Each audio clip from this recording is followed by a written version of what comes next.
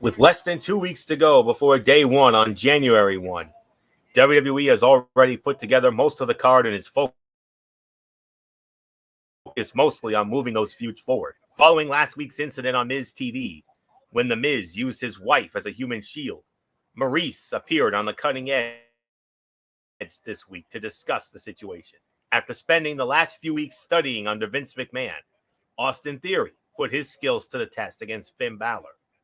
Dewdrop and Bianca Belair met for another fight, and Damian Priest battled Dolph Ziggler in a championship contenders match. We also saw Bobby Lashley discuss being added to the WWE Championship match at day one. Let's take a look at everything that happened on tonight's edition of Monday Night Raw, for this is Ridiculously Raw. Welcome, everybody, to Ridiculously Raw, the most must-see show on YouTube. I'm joined by good old MF Michael Fletcher. I don't believe we will have Dee Dee Woodson with us this evening. We might be awaiting the presence of Michael Bullock. I don't know, because Bullock and I did not have our Raw chat tonight. We both had plans, and we'll see if Bullock comes in. We'll catch him up on what he missed. If not, then we'll hopefully have him with us come Wednesday night for Wednesday Night Mayhem. This will be the final Ridiculously Raw of 2021, because next Monday night we have a very special edition of the Wrestling Forum, which I will address at the end of this show here tonight. But let's talk about this edition of Monday Night Raw, which was live tonight from the Fiserv Forum in Milwaukee, Wisconsin, the home of your reigning, defending, undisputed 2021 NBA champion Milwaukee Bucks. And we started it off with the in-ring segment, Bobby Lashley and MVP, talking about the events of last week. And then they were interrupted by Big E, also interrupted by Seth Rollins and Kevin Owens. And then all hell breaks loose. And then and then Adam and Sonya show up. And Adam and Sonya make the match in tonight's main event. WWE Champion Big E teaming up with Bobby Lashley. Yes, you heard me right. Big E and Lashley, partners. And they will be squaring off, and they were going to be squaring off against Seth Rollins and Kevin Owens in tag team action. Well, strange bedfellows on one side, the other one we'll see. But the question here is there trouble in paradise for the Hurt Business? Does Big E helping Lashley indicate a face turn for the Almighty? Are Seth Rollins and Kevin Owens forming a new alliance, or just working toward a common goal until day one? This storyline seems to be making strange bedfellows out of some of these guys, and it's kind of making the whole thing more fun. This was a solid opening segment. The energy was high. The action was quick and effective. And Big E even dropped a reference to Lashley's sisters. So we'll put that aside for now. So we're not gonna, go too much more into that. But let's get into some action here.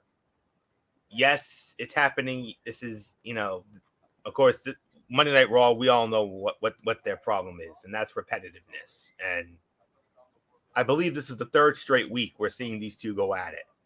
It was Bianca Belair versus Dewdrop, with the caveat of there must be a winner. Winner of the match in 11 minutes and 20 seconds, it was Bianca Belair. While this match had some nice spots and sequences, it also felt like they had less chemistry than in their two previous matches. A few spots looked especially sloppy. However, the finish and the way you could see the crowd come alive as she powered Dewdrop up for the move made everything else irrelevant. That one moment is what everyone will remember, and the crowd's response was awesome. I'll give this about 3.25 to 3.5, teetering on that. So not much more to say. Good old MF Michael Fletcher, come on in. We've followed up a solid opening segment with a solid opening match. Starting to get done to death now, but Bianca and Dewdrop, man, they just keep giving us quality matches, even though it's starting to get, been there, done that now. Yeah, it is starting to get a little bit of a been there, done that. But the thing is that as long as it's competitive, as long as it's good, and that they can continue to give us great action, then obviously we're gonna want more of this. Dewdrop's done really well, especially working with Bianca. And look, I know a lot of people are gonna be griping about Bianca and does she deserve all this accolades and everything else. Some people kind of find her annoying on the mic, and I know a couple of people has actually even criticized her wrestling ability. Uh, so I mean, look, there is some little heat on her, but the thing is that it's a small minority. It's not like everybody's going after Bianca Belair. I think Bianca is very talented. I think she's amazing in the ring. Um, I think that what they're doing with her is great, and yes, I do believe she is a future champion. I kind of feel like right now she's kind of, could it be too soon, too fast for Bianca, because she went from not really having a great career in NXT to literally becoming, getting the rocket pack strapped to her back, being the face of, being one of the faces of the WWE and of that next generation of WWE talent. She is definitely a future star. Heck, she main evented night one of WrestleMania with Sasha Banks, the first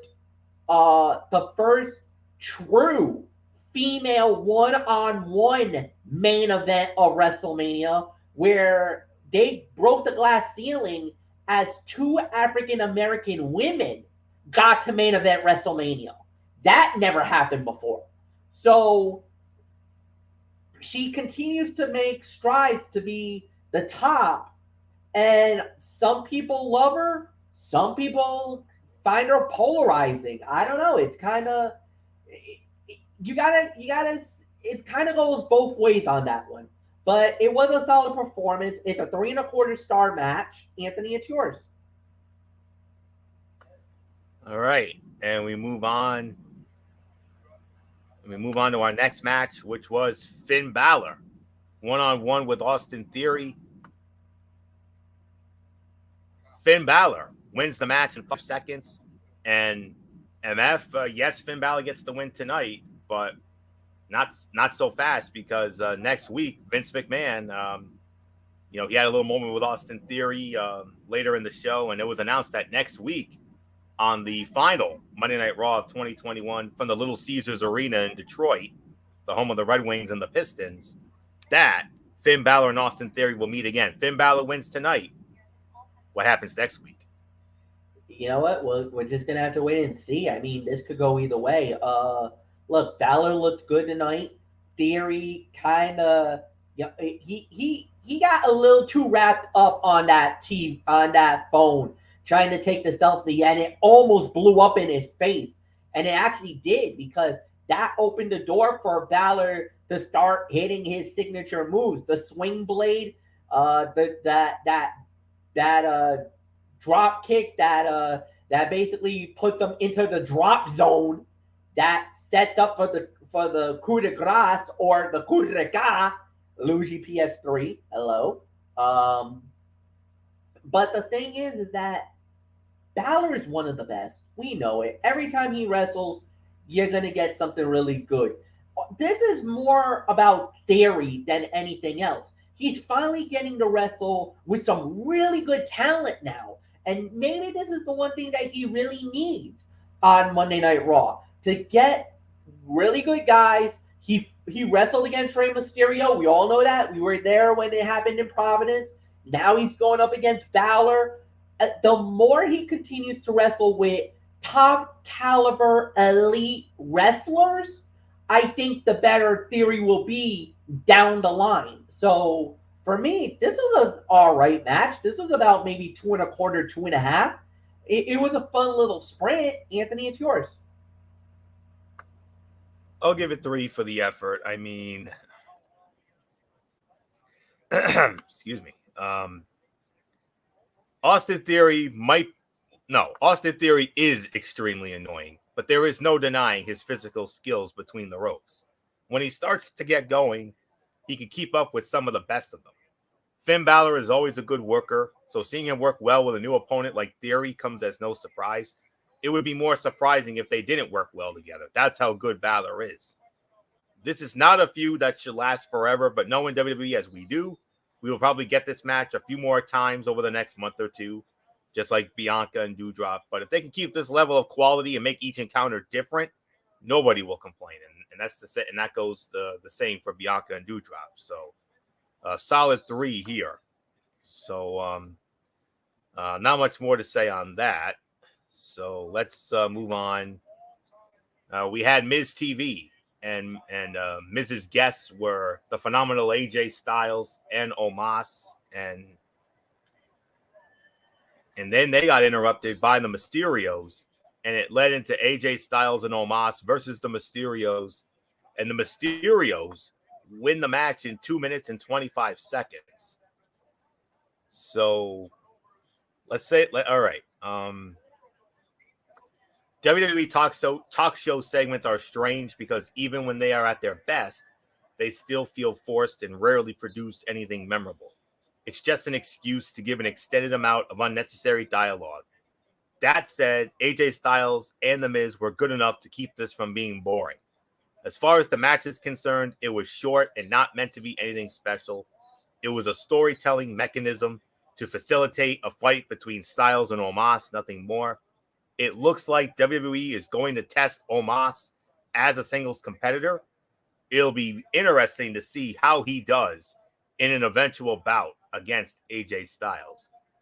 Now, the AJ and Omos versus the Mysterios, that was like a 1 to 1.5 at the absolute best. But with that being said, the Miz TV segment, very interesting. And guess what, MF? Next week, AJ and Omos are going to go one-on-one in Detroit at the Little Caesars Arena next week. Oh, boy.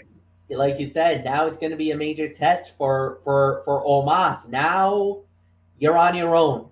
Now the weeks of everything that you've done up to this point with AJ Styles now leads you to this moment.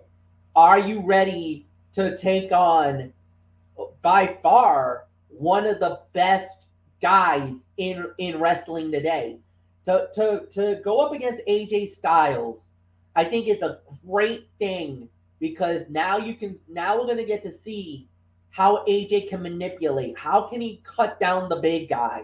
But it also could be great for Omos because now you're going up against one of the guys who is well respected in the wrestling community. I mean, we're talking it's AJ freaking Styles, guys. I mean, if you know his history, you know his lineage, you know what he's done from Ring of Honor to Impact Wrestling to New Japan to now WWE. AJ Styles is without a doubt one of the stars in wrestling today. And he is without a doubt one of the best, if not the best in the world. So I like to see what Omos does. Yeah, it was a short match. You could give it about 1 star for the effort. And I think it could have been a lot more better. But at the end of the day, I'm fine with what happened. I'm fine with the outcome. Like we said, it's going to be interesting to see what they do. I think that's going to be the best thing is what's going to happen next. Who knows? So nothing more to say. Anthony, it's back to you. All righty. So, yeah, Omos didn't say much, and that's for the best. And it'll be interesting to see if they give him a mouthpiece. But, we'll have to wait and see. So, anyways, we move on. Randy Orton squaring off against Chad Gable. Randy Orton wins the match in 3 minutes. Oy. I mean, now, this is not going to be an overall review of the match, but this is just a personal thought from me.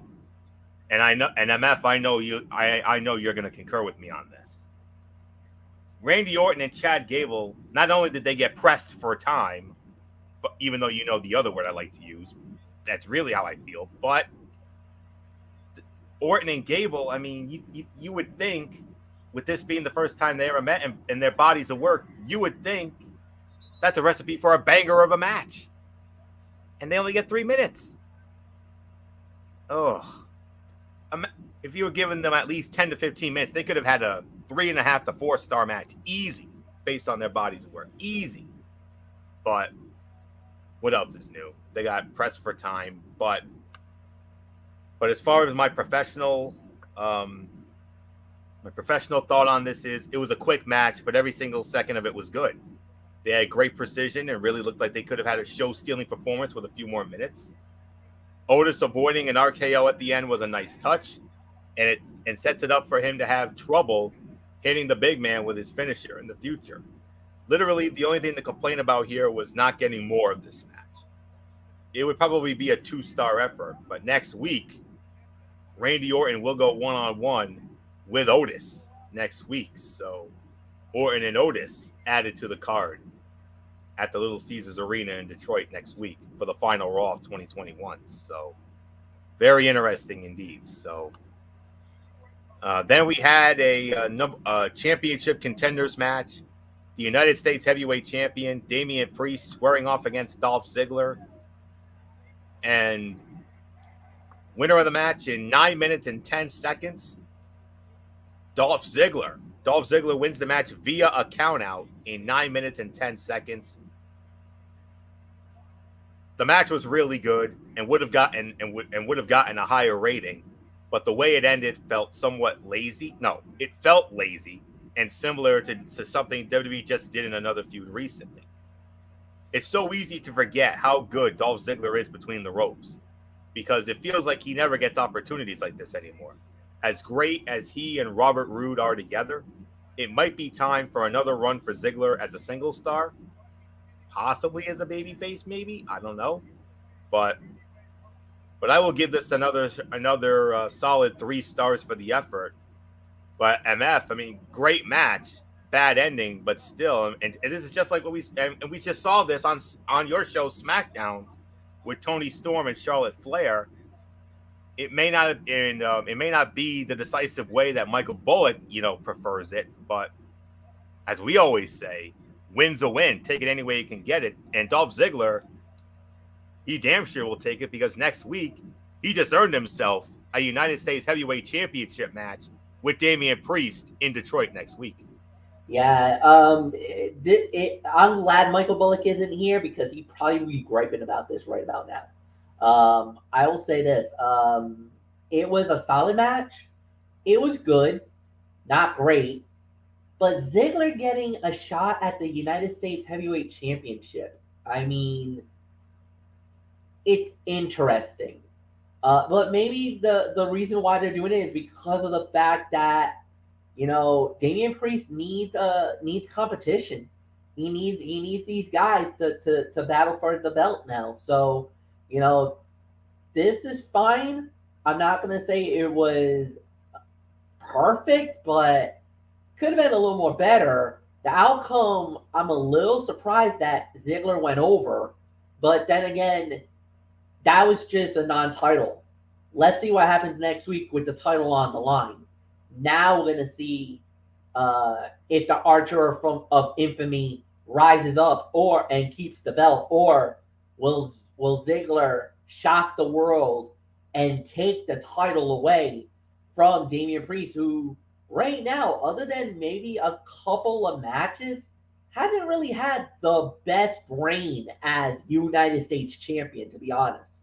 Florio, it's yours. All right, so okay, just waiting. All right, here we go.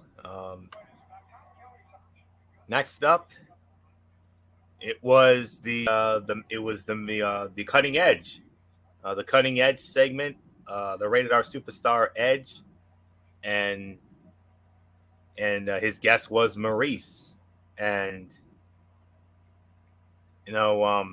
when all was said and done, we all remember that the tension from last week with the tension with Miz and Maurice after Miz put Maurice in harm's way.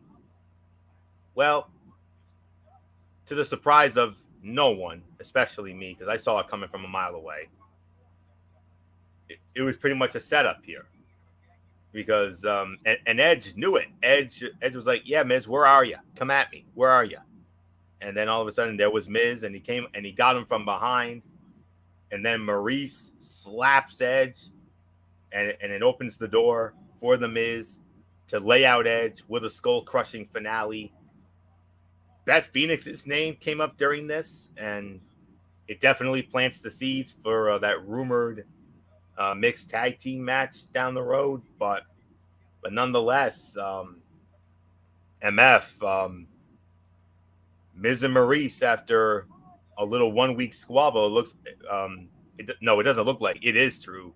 Miz and Maurice are back on the same page again. No big surprise. I saw it coming from a mile away. Yeah, no big surprise. Look, like you said, it was a 1 week squabble. It maybe, and now it does leave the question: was that squabble? You know, I guess we can say that squabble kind of was more of a setup in itself. Maybe they wanted us to think that Miz and Maurice were not on the same page. Now it kind of feels like that. In hindsight, 2020, maybe it's one of those that you needed it to make it look believable. So I'm gonna put you in harm's way and just smack the living daylights out of me, because obviously we all were thinking, oh, Miz must have been in the doghouse or something. Maybe he was in the doghouse for maybe a night or two, but you know how that goes. Sometimes couples, they'll fight. Sometimes they'll fight a day or two. Just let the cooler heads prevail. Once everything was fine, then they were probably fine. But like but you could feel it. You sensed it. You're like, something's not adding up. Something's not right. And you start to think, you're like, oh, they're in this together. Edge, you're dead.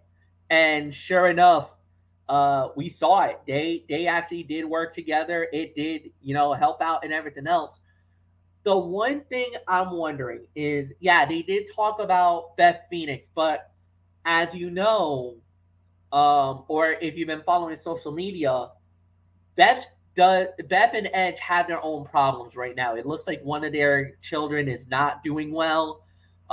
They haven't really said anything publicly, which honestly, we're a show that doesn't do that.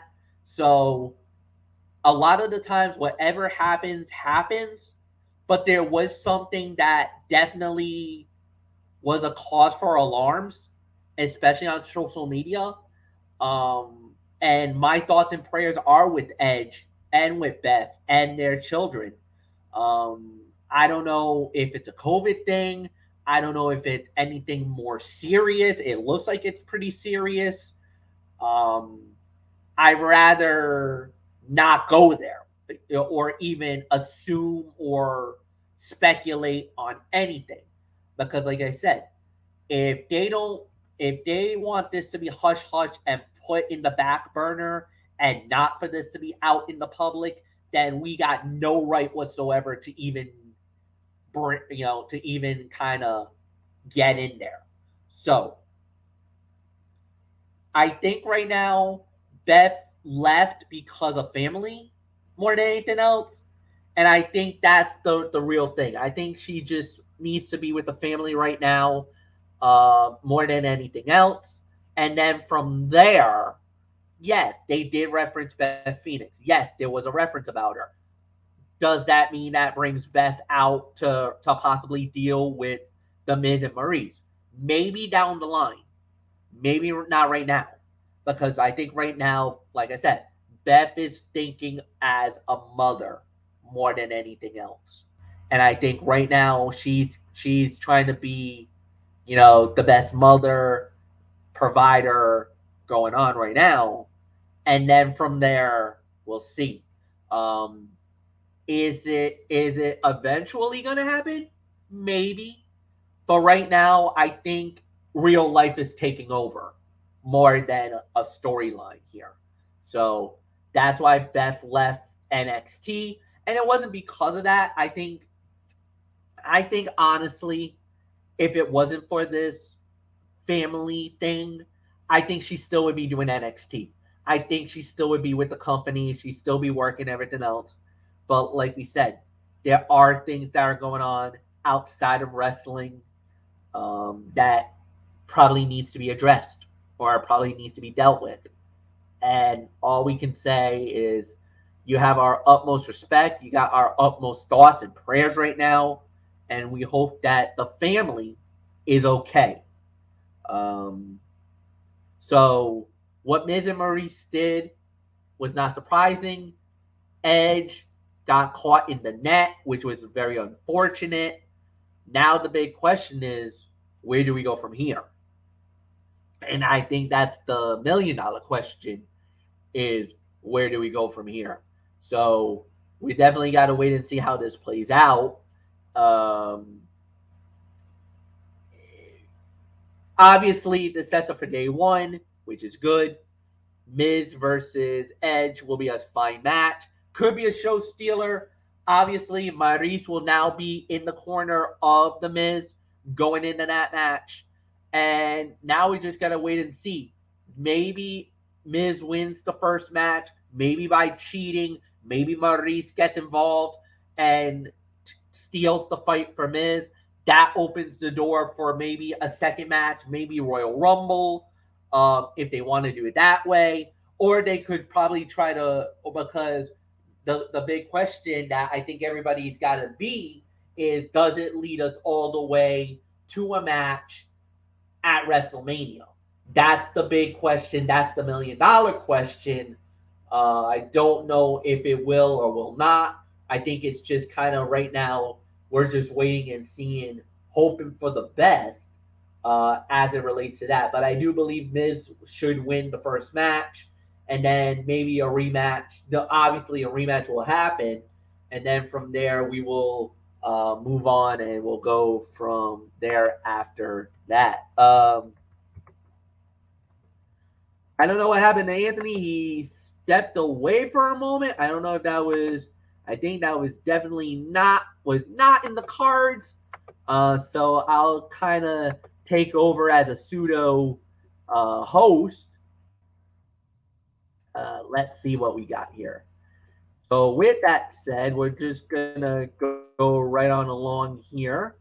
Hopefully, Flay will get back any moment. Next up, we had was okay. So next up was Rhea Ripley. She went 1-on-one with Queen Zelina Vega. Rhea Ripley wins the match. In 2 minutes. All right. We got Anthony Florio back. All right. So Florio, I was about to take over a little bit, but I didn't know what happened. But it is I'll give it back to you. Yeah. Little crash here. Peter crashed for a moment. What else is new? So but we're all right now. So but let me see. Before I was so rudely interrupted. On the bright side, at least Edge didn't have to look like a gullible idiot, but it still makes you question why they didn't just come up with something better. I assume Beth Phoenix will be showing up next week or at the pay-per-view. Either way, the suspected mixed tag team match seems to be in play. You would have to imagine for the Royal Rumble. You would have to imagine it would be for the Royal Rumble because we have Edge and Miz in the singles match at day one. So, but anyways, as MF mentioned, Rhea Ripley then went up against Queen Zelina. Rhea Ripley wins the match 2 minutes and 10 seconds. We're going to bypass that. They had better chemistry in this bout than in their last encounter, but like a couple of other matches on the show, this would have benefited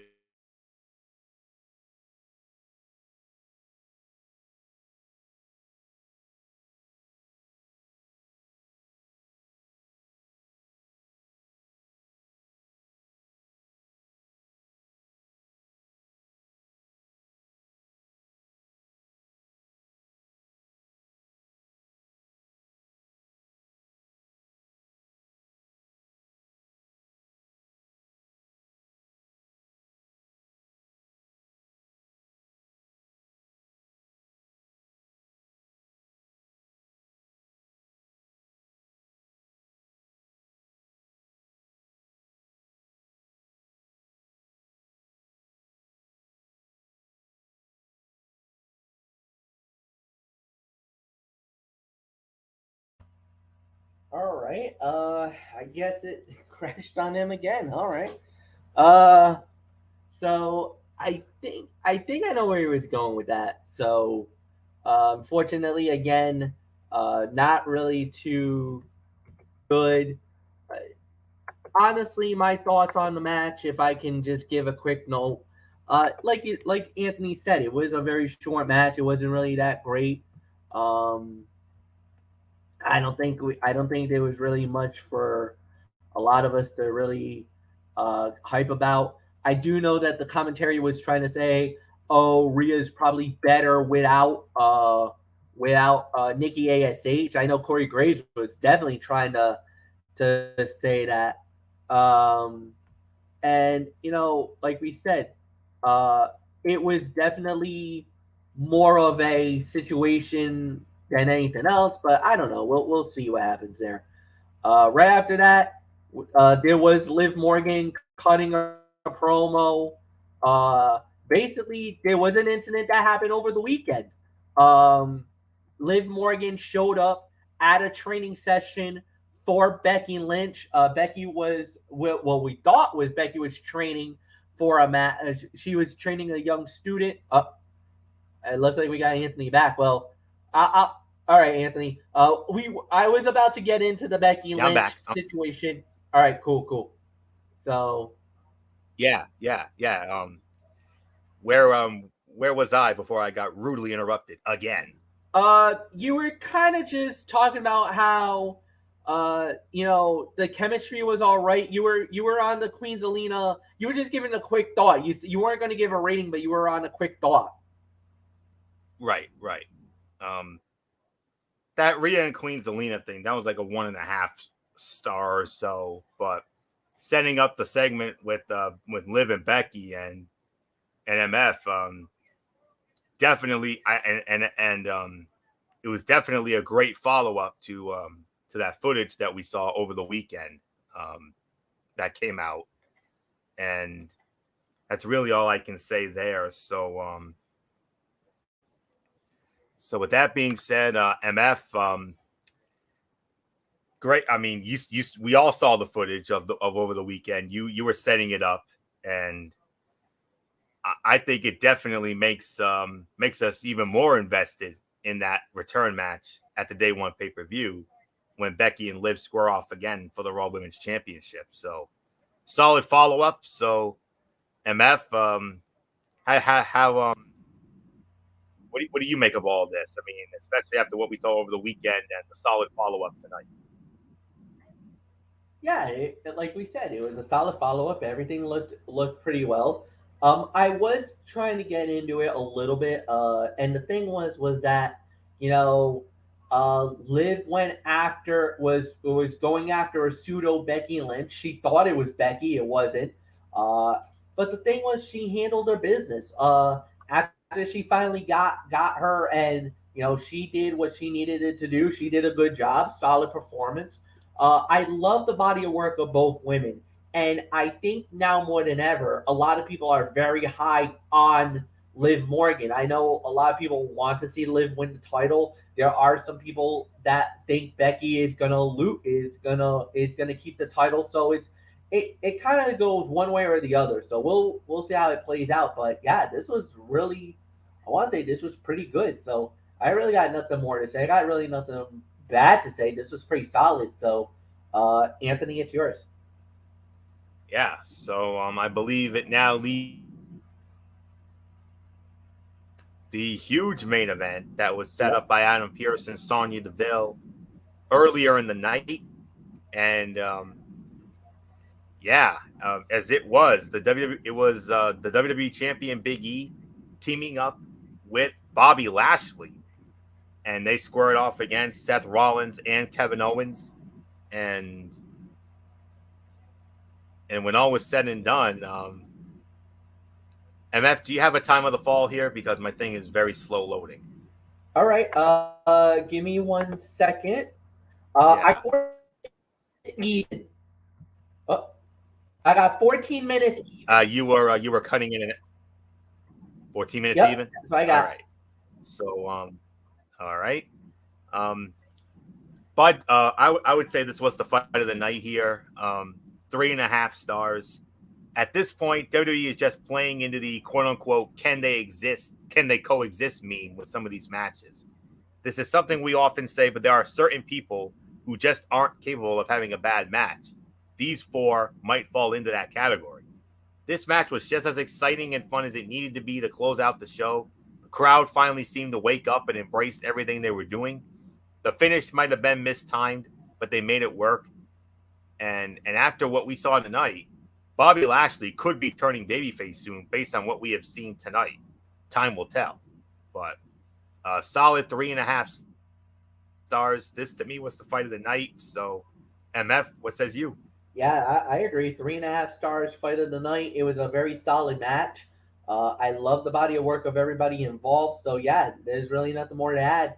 As far as overall review, I guess I'll lead that off. So I won't. Yes. Yeah. So it was good. It was a good Monday Night Raw. I could give this about 7 out of 10. There, I don't think we can say that it was overly special, but you had some good matches. You had some good storyline progression going into day one, which I think is pretty good, and really nothing more to say. So yeah, solid for what it was worth. And Anthony, I give it to you. Yeah, overall, Raw is definitely an improved show. I mean, everything on the show tonight felt like it served a purpose and it wasn't just there to fill time. Now, it doesn't mean that everything is clicking like clockwork here, but the show continues to be so much better than it was prior to the WWE draft. And that's really all there is to say on that. You've got you got several solid matches here, but there is one match I do have a little bit of concern about, and that is the match with AJ Styles and Omos. I mean, I think that could be more of an angle than a match, really, and you never know. The Mysterios could end up getting involved in that, but we'll have to wait and see. But other than that, main event was the fight of the night. I mean, we had a couple of other solid matches. Bianca and Dewdrop had another great match. Throw in Balor and Theory. That was a very good match as well. And Priest and Ziggler, despite the count out finish, that was a very good match as well. And Orton and Gable had potential to be something really special, but WWE blew that one. So there isn't much more to say on that. So 7 out of 10. I think that's about right. And then you had a few good segments here and there. So we'll have to wait and see going into the final Raw of 2021. So that's really all there is to say there. So with that being said, let's get into the Tony's take for this upcut for this time. And this will be my final Tony's take of the year because we're doing a special show next week, which I will address in a little bit. Impact Wrestling, of course, from it was taped, of course, from the Sam's Town in Las Vegas, Nevada, as we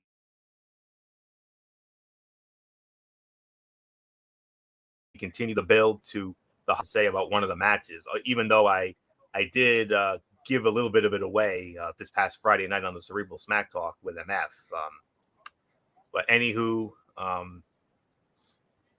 before the Impact, we had Ace Austin against Sean Hernandez, and Ace Austin won that match. So then we had as we go to the main show, Rohit Raju versus Josh Alexander. Josh Alexander wins the match. My mistake. Josh Alexander wins the match. 2 3/4 of a star. Really solid opening match. I thought Josh Alexander was going to run through Rohit, but Rohit is no slouch, and I'm glad they let him look pretty good in this one. Josh winning relatively quick despite taking a beating is a testament to his toughness. And I'm also glad that Jonah didn't get involved. A nice, clean match. Interesting note, the fans were calling for Jonah at the end of this one. But Josh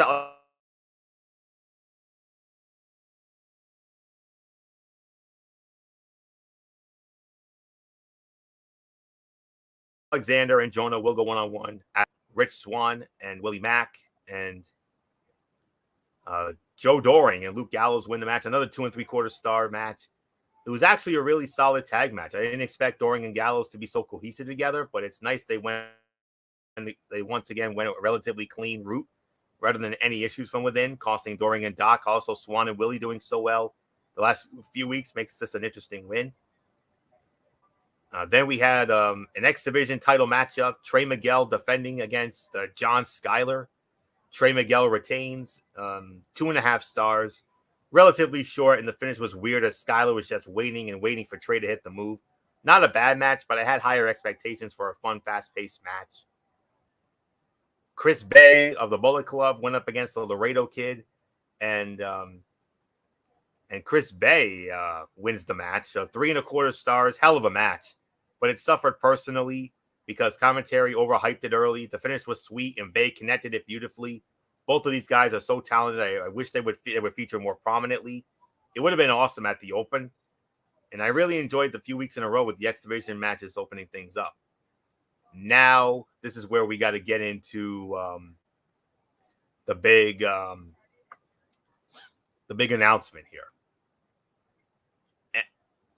If you didn't see the Cerebral Smack Talk over on MF's channel, Brace Fan 95, this past Friday night, MF reviewed in a very special Mikey's Mindset. MF talked about the ROH Final Battle pay-per-view, and he talked about how Deonna Purrazzo showed up on that show to confront the ROH Women's Champion Roxy, and it's setting up a humongous winner-take-all match down the road, and then from there, Mickie James and Deonna Purrazzo have a major brouhaha, and they basically got called to the principal's office, if you will, in the form of of the authority figures, Scott D'Amore and Gail Kim, and based on what that Scott D'Amore lays down the law and says he reinstates the no contact clause between the two, and then Gail Kim made the announcement and said, you guys need a match to settle this once and for all.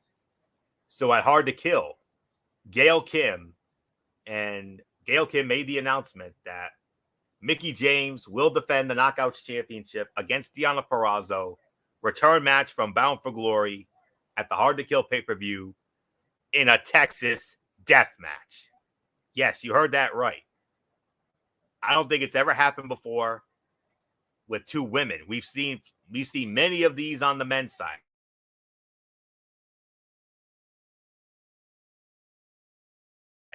Tons on the men's side. MF could tell you stories on day about, but I don't think there's ever been one involving women. I don't think there's ever been a death match with women until now. So that's gonna happen. Hard to Kill. Mickie James, Deonna Purrazzo, Knockouts title.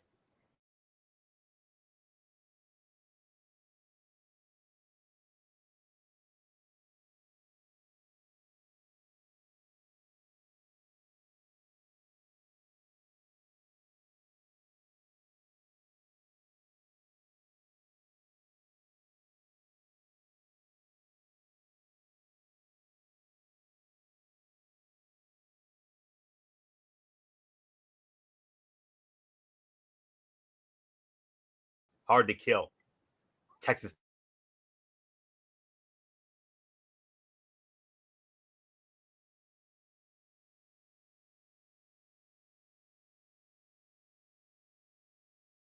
And the winner of the match was soon as this loads up here.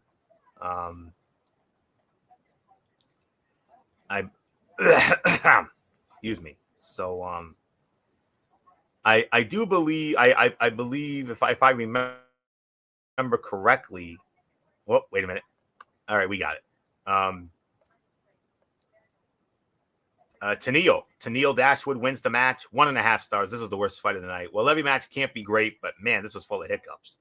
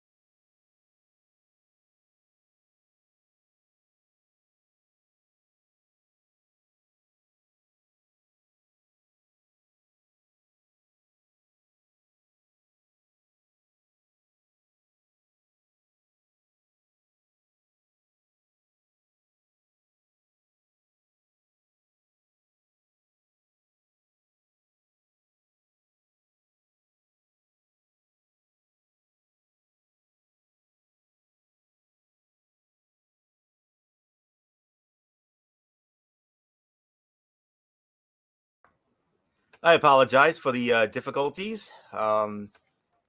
Having some computer problems. Live TV. That's all there is to it, folks. And I apologize to MF for the delay.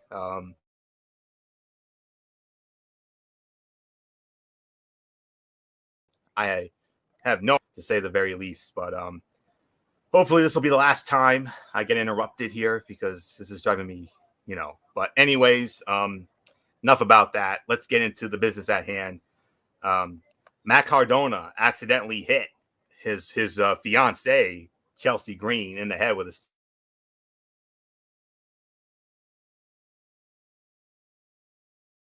steel chair, and very scary scene to say the very least. And then it happened again at a GCW event just over the weekend. So, yeah, but I got to give credit to Chelsea where it's due because she sold that thing like a champ. That's all I got to say on that. She sold that damn thing like a champ. I got to give her credit where credit is due. She's a tough ass chick. So, man, major respect. So, excuse me. So with that being said,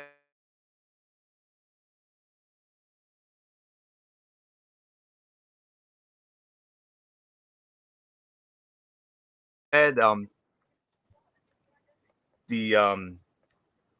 match with Chris Bay and the Laredo Kid, I believe, was the fight of the night on that end. No question about that. That death match announcement, very exciting to say the very least. I mean, I've never seen one with women. Busy night, January the 8th. Let me tell you. I mean, with AEW is going to have a big show called Battle of the Belts that's going to air on TNT. Live special there. Week 18 of the NFL season. There's going to be a Saturday Night Football game on top of that on ESPN and Monday Night Football, their crew. So, and then the Hard to Kill pay-per-view. So it's going to be a very busy night, January 8th.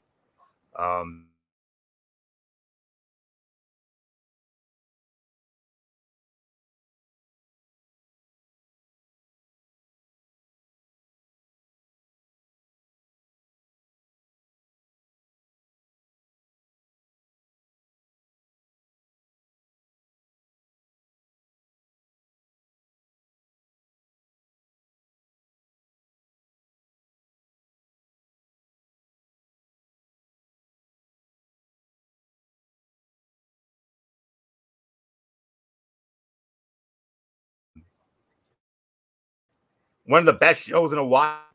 What was without a doubt the single best Thursday Night Football game that we have seen in maybe this year with the Chiefs and the Chargers, which we did live commentary on during our last NFL show. So that's really all there is to say there. So don't want to get into too much more. So but I'm gonna quickly get into 205 Live, and then we'll go from there. And I mean, realistically, honestly, I think 205 Live, NXT 2.0 After Dark or something like that, because we're seeing a lot more of those talents on this show. It's almost like a second NXT 2.0 show. One is enough, really, but nonetheless, getting into this, we had a women's tag team matchup, and we had a newcomer debuting. Well, before we get into that, we actually had a couple of women's matches on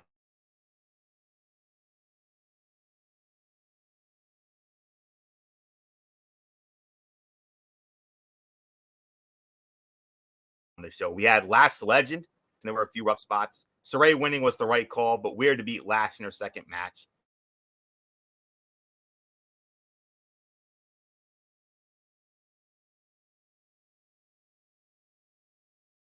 Half a star. Then we had Yulation to Don Henley, but nonetheless, Faraz and Leon win the match in 6 minutes and 8 seconds. Basic tag match for a bunch of developmental talent. They need ring time, and the crowd enjoyed it as they're behind Faraz, especially 1.5. Then we have Malik Blade and Ru Fang going up against Joaquin Wilde and Raul Mendoza of Legado del Fantasma. It was a squash. Phantasma and 6'11", basically a squash. They broke a sweat. They should be in the mix for the tag title.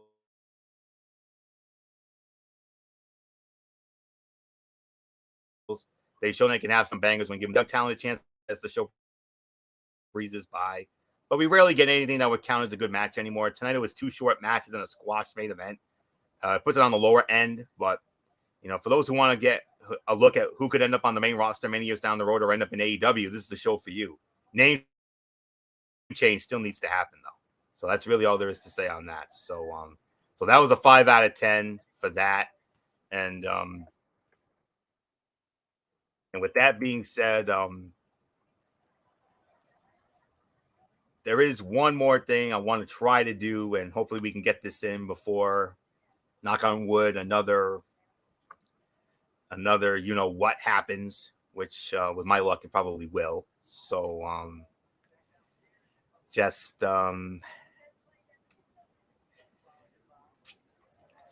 wanted to set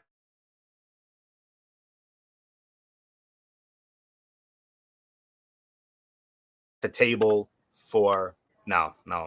I'm just gonna yeah. Actually, maybe I can get it. Let's see. Don't really see much of anything here, so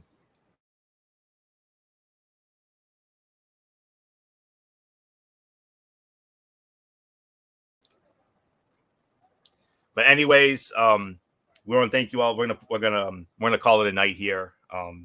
So with that being said, that will put the bow on this very interesting edition of Ridiculously Raw. I want to thank you all so very much for tuning in all year, and especially tonight, despite all of the interruptions that I had, all those rude interruptions I had on my end. Live television, folks. Anything can happen. That's all there is to say on that. And unfortunately, it did several times, and hopefully I'll be in better shape come Wednesday night. That's all there is to say on that. So apologies once again on that. So but thank you all so very much for tuning in all year long. It's been another great year here on Ridiculously Raw, highlighted most undoubtedly by that November 2nd show that we did, the night where MF's Atlanta Braves won the World Series. I mean, that was a show that I'll never forget personally. So but can't wait to see what we have on the pipeline for 2022, and hopefully we'll have another great year. So we'll get into that. Wednesday night Mayhem. MF will have that. Braves Fan 95. Penultimate edition of Wednesday Night Mayhem. We got a couple more of those to go, as we will have NXT 2.0 and AEW Dynamite Holiday Bash, headlined by that huge 6-man tag team match. CM Punk, Sting, and Darby Allin against MJF and FTR. It's going to be a hell of a fun match. Can't wait to see how that plays out. And then Thursday, we have the Week 16 edition of NFL Thursday. We're going to start it off with the San Francisco 49ers against the Tennessee Titans. And we got another loaded slate of games, including a Christmas doubleheader. Both games are very interesting, to say the very least. And of course, a huge game in the AFC East, the Buffalo Bills and the New England Patriots. First place in the AFC East on the line. And MF and I will definitely put our heads together and come up with the order of the games for this week. So, because we got 9 of them to look over on our end. So, and then from there, and then that'll be it after Thursday, because Friday on, we will not have any shows in observance of the Christmas holiday. We'll be off Friday for Christmas Eve, Saturday for Christmas, and then we're also going to be off Sunday. So then after Thursday, we'll be right back here next week. Not for Ridiculously Raw, but a very special edition of the Wrestling Forum, as it will be our 2021 year in review. We're going to review all of our big moments from the year, and of course, we're going to hand out some hardware, if you will. Our year-end awards: Match of the Year, Male Wrestler of the Year, Female Wrestler of the Year, Tag Team of the Year, Event of the Year, Breakout Star of the Year, and so much more. So we'll have that next Monday night, and and then we'll take it from there. So that's it. So until Wednesday night, from Wednesday Night Mayhem, over on the Mesh Channel, Raceman 95, this is Anthony Florio here. For Good LMF, Michael Fletcher, and in spirit, the Phenom, Michael Bullock, the Twisted Angel and First Lady of the Wrestling Forum, Dee Dee Woodson, and always and forever, the man who put it all together in the first place, the Yankee Messiah 401, Derek Ferreira. You know the routine, everybody. Thumbs up. Talk to you later. Yeah. Throw the Fortune 4 style. Bye for now, my friends. God bless. Be good to each other. Have a blessed couple of days. And until Wednesday night, for Wednesday Night Mayhem, you've been watching the final Ridiculously Raw 2021 right here on the Tone 25 on YouTube and StreamMate.com. And remember, my friends, and especially after what happened tonight, beyond anything else, wrestling is indeed actually real. For everybody who's been a part of this one, for now, Anthony Florio, so long, and bye, everybody, bye.